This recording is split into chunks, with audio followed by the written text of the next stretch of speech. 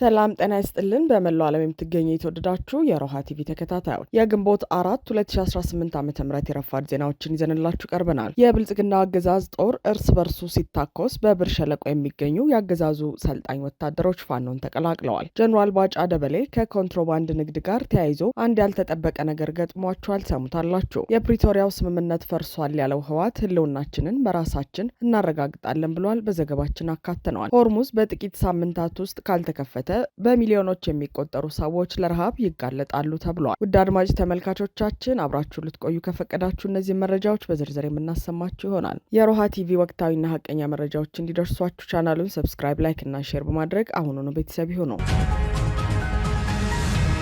የብልጽግናው አገዛዝ ጦር እርስ በርሱ ሲታኮስ በብር ሸለቆ የሚገኙ የአገዛዙ ሰልጣኝ ወታደሮች ፋኖን ተቀላቅለዋል። በአማራ ፋኖ ክንድ ክፉኛ እየተመታውና የውድቀት ዋዜማ ላይ የሚገኘው የአብይ አህመድ አገዛዝ ሰራዊት እርስ በርሱ መበላላት ጀምሯል። አጥቢያ ሌሊቱን በሰሜን ወሎ ዞን የምትገኘው ኮን ከተማ በአድማ ብተናና በመከላከያ ሰራዊት መካከል በተቀሰቀሰ ከባድ የእርስ በርስ ተኩስ ከተማዋ ስትናወጥ ያደረች ሲሆን በጋሸና ከተማ ደግሞ ወደ ፋኖ ልትቀላቀሉ ነው በሚል ሰበብ ሁለት የአማራ ተወላጅ ወታደሮች በገዛ አዛዦቻቸው አረመኔያዊ ግድያ ተፈጽሞባቸዋል። አጥቢያ ሌሊቱን የተካሄደው የኮን ከተማ የእርስ በርስ ውጊያና ጋሸና ከተማ ውስጥ በሁለቱ ወታደሮች የተፈጸመው አሰቃቂ ግድያ የብልጽግና ሰራዊት በጥልቅ ረካከስ ውስጥ መግባቱን በገሃድ ያሳየ ነውም ተብሏል። በሌላ በኩል ጸረ አማራው አገዛዝ በሰሜን ወሎ ዞን አይና ቡግና ወረዳ ብርኮ 07 ቀበሌና ብርኳኳ 11 ቀበሌ ንጹሐን ግለሰቦች ላይ ያነጣጠረ ኢሰብአዊ ጥቃት ፈጽመዋል። የአፋብን ወሎ ቤተ አማራ ሚኒሊክ እዝ 303ኛ ኮር 19ኛ ክፍለ ጦር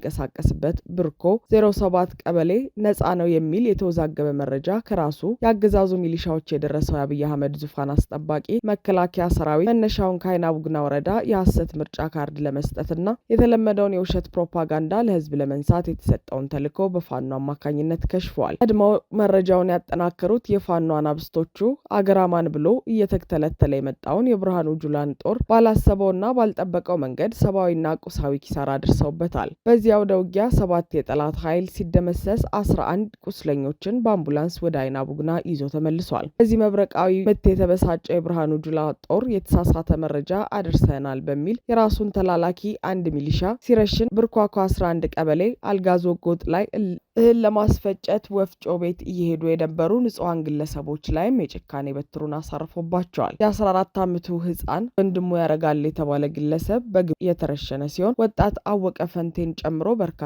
ንጹሐን የፋኖ ደጋፊዎች ናቸው በሚል አካላዊና ስነ ልቦናዊ ጉዳት አድርሰውባቸዋል። ይህ በእንዲህ እንዳለ ከጦል ላይ የመከላከያ ማሰልጠኛ ተቋም ለሽምቅ ውጊያ ስልጠና ወደ ብር ሸለቆ ማሰልጠኛ ተቋም የመጡ 8 የመከላከያ አባላት አፋብን 109ኛ ኮር 77ኛ ክፍለ ጦርን ተቀላቅለዋል። ትናንት ግንቦት 3 2018 ዓ.ም የአረመኔው አገዛዝ ስርዓቱን በመጥላት ለአገዛዙ ማሰልጠኛ ካምፕ በመውጣት በአፋብን 109ኛ ኮር 77ኛ ክፍለ ጦር 5ኛ ሻለቃ ተቀላቅለዋል። በመውጣታቸው ደስተኛ መሆናቸውን የገለጹ ሲሆን ሌሎች አባላትን በተመሳሳይ የመውጣት ፍላጎት እንዳላቸው ገልጸዋል ሲል በአፋብን ቴዎድሮስ እዝ 109ኛ ኮር 77ኛ ክፍለ ጦር ህዝብ ግንኙነት ክፍል አሳውቀዋል። በሌላ መረጃ ኮሎኔል ሙላቴ ሲሳይ ባሰፈረው መልእክት ወቅቱ ወሳኝ የትግላችን የመታጠፊያ ምዕራፍ ላይ ነው። በዚህ ወቅት እጅጉን መረጋጋትና መናበብ ይጠበቅብናል ብለዋል። በእጅ የያዙት ወርቅ ከመዳብ ይቆጠራል ይሉ ዘንድ በእጃችን ያለውን ጸጋ በአግባቡ እንጠቀምበት ዘንድ ወንድማዊ ምክሬ ነው ሲልም አክሏል። መወነጃጀል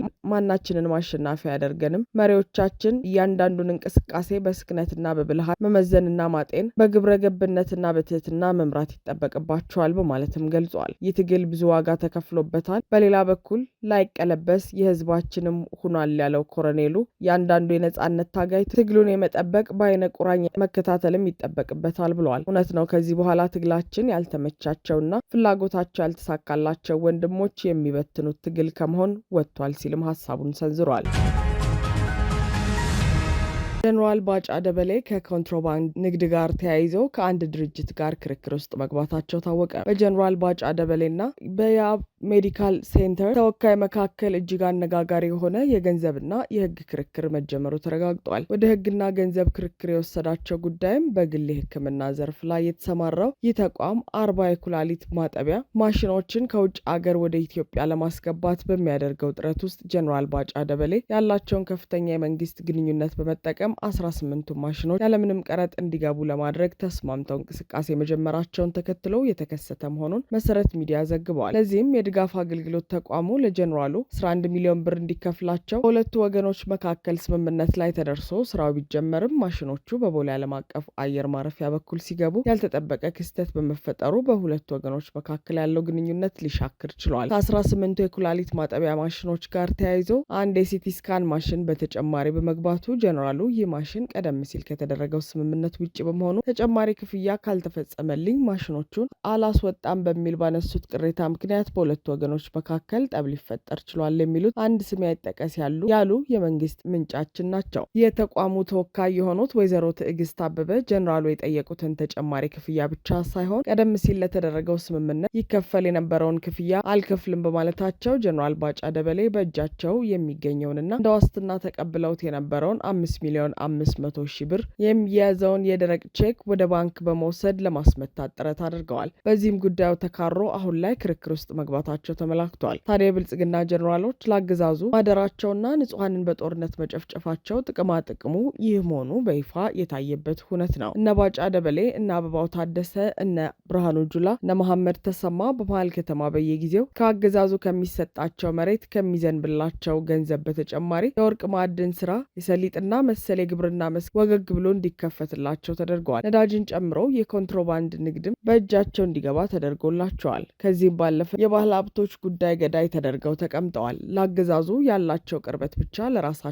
ሳይሆን ለሌሎች ሰዎች ጭምር ያለቀረት ትላልቅ እቃዎችን እንዲያስገቡና ገንዘብ እንዲቀበሉበት እያስደረገ ነው።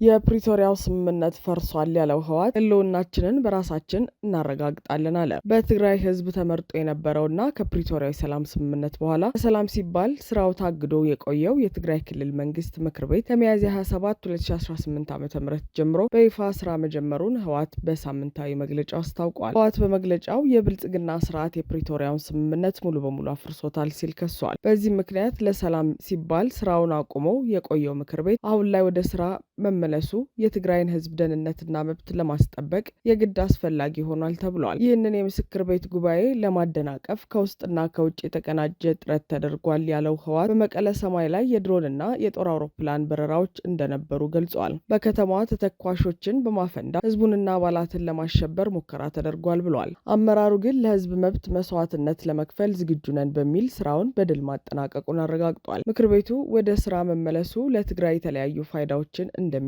ተመልክቷል። ምክር ቤቱ ወደ ስራ መመለሱ ከጦርነት ጋር እንደማያያዝ ህወሓት አሳስቧል። በህዝብ የተመረጠ መንግስት ወደ ስራ መመለሱ የጦርነት መነሻ ሊሆን አይችልም ያለው ህወሓት አሁንም ለሰላማዊ ውይይትና ለድርድር ዝግጁ መሆኑን ገልጿል። ይሁን እንጂ የትግራይ ህዝብ የተደቀነበትን የህልውና አደጋ ለመመከት ከመንግስትና ከድርጅቱ ጎን እንዲቆም ጥሪ አቅርበዋል። መግለጫው በውስጥ ያሉና ከጠላት ጋር ተሰልፈዋል ያላቸውን አካላት ብሔራዊ ክህደት የፈጸሙ ሲል የፈረጀ ሲሆን ህዝቡ አንድነቱን በማጠናከር እነዚህን ጸረ ትግራይ እንቅስቃሴዎች እንዲታገል አሳስበዋል።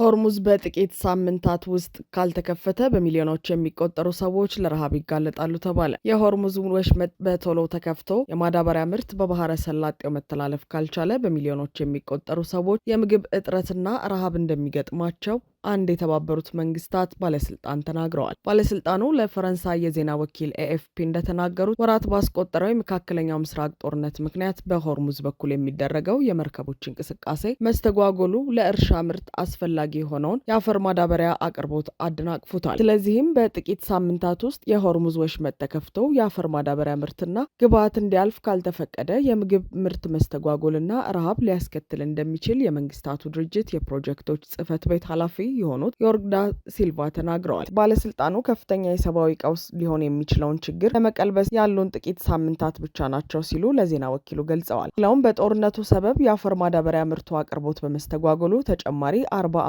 ሚሊዮን የሚሆኑ ሰዎችን ለምግብ እጥረትና ለረሃብ የሚዳርግ ቀውስ ሊገጥመን ይችላል ብለዋል። ባለፈው የካቲት ወር ማብቂያ አካባቢ በተቀሰቀሰው ጦርነት ምክንያት ኢራንና አሜሪካ በወሳኙ የባህር መተላለፊያ የሆርሙዝ ወሽመጥ የጭነት መርከቦች እንዳይንቀሳቀሱ የሚያደርግ እገዳ ጥለዋል። በተመሳሳይ የአሜሪካው ፕሬዚዳንት ዶናልድ ትራምፕ የኢራን የተኩስ አቁም ስምምነት በማይታመን ሁኔታ ደካማ መሆኑን ተናግረዋል። ፕሬዚዳንቱ ትናንት ለጋዜጠኞች እንደተናገሩት አንድ ወር ያስቆጠረው የተኩስ አቁም ስምምነት በህይወት ለመቆየት የተንገዳገደ ይገኛል። የትራምፕን አስተያየት ተከትለው የኢራን ምክር ቤት አፈ ጉባኤ መሐመድ ጋሊባፍ ለማንኛውም ወረራ ምላሽ ለመስጠትና ትምህርት ለማስተማር ዝግጁ ነን ብለው በኤክስ ገጻቸው ምላሽ ሰጥተዋል። አሜሪካ ለኢራን ላቀረበችው የሰላም እቅድ ቴህራን የሰጠችው ምላሽ በዋሽንግተን ውድቅ ተደርጓል። ያለፈው እሁድ ኢራን ጦርነቱን ለማስቆምና የሆርሙዝ ወሽመጥን ለመክፈት ለአሜሪካ ያቀረበችው እቅድ ተቀባይነት አላገኘም። ፕሬዚዳንቱም ፈጽሞ ተቀባይነት የሌለውና ቆሻሻ ሲሉ እቅዱን አጣጥለውታል። ትራምፕ ይህንን ካሉ በኋላ የኢራን የውጭ ጉዳይ ሚኒስትር እስማኤል ባጋይ የቴህራን እቅድ ኃላፊነት የተሞላውና ቸር መሆኑን ተናግረዋል። የኢራን ምክር ቤት አፈ ጉባኤ በ14ቱ ነጥቦች እንደተመለከተው የኢራናውያን መብትን ከማክበር ውጭ አማራጭ የለም፣ ሳይቀበሉት በዘገዩ ቁጥር የአሜሪካውያን ግብር ከፋዮች ገንዘብ ይባክናል ብለዋል። በኢራንና አሜሪካ መካከል የተወሰኑ ግጭቶች ቢኖሩም የተኩስ አቁም ስምምነቱ አንድ ወር አስቆጥረዋል። ፕሬዚዳንት ትራምፕ የተኩስ አቁም ስምምነቱ በሕክምና እርዳታ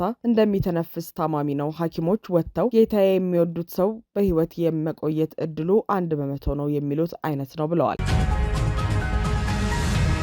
አድማጭ ተመልካቾቻችን የሰዓቱ የሮሃ ቲቪ ዜናዎች የተከታተላችኋቸውን ይመስሉ ነበር። አብራችሁን ስለነበራችሁ ከልብ እናመሰግናለን። ሰላም።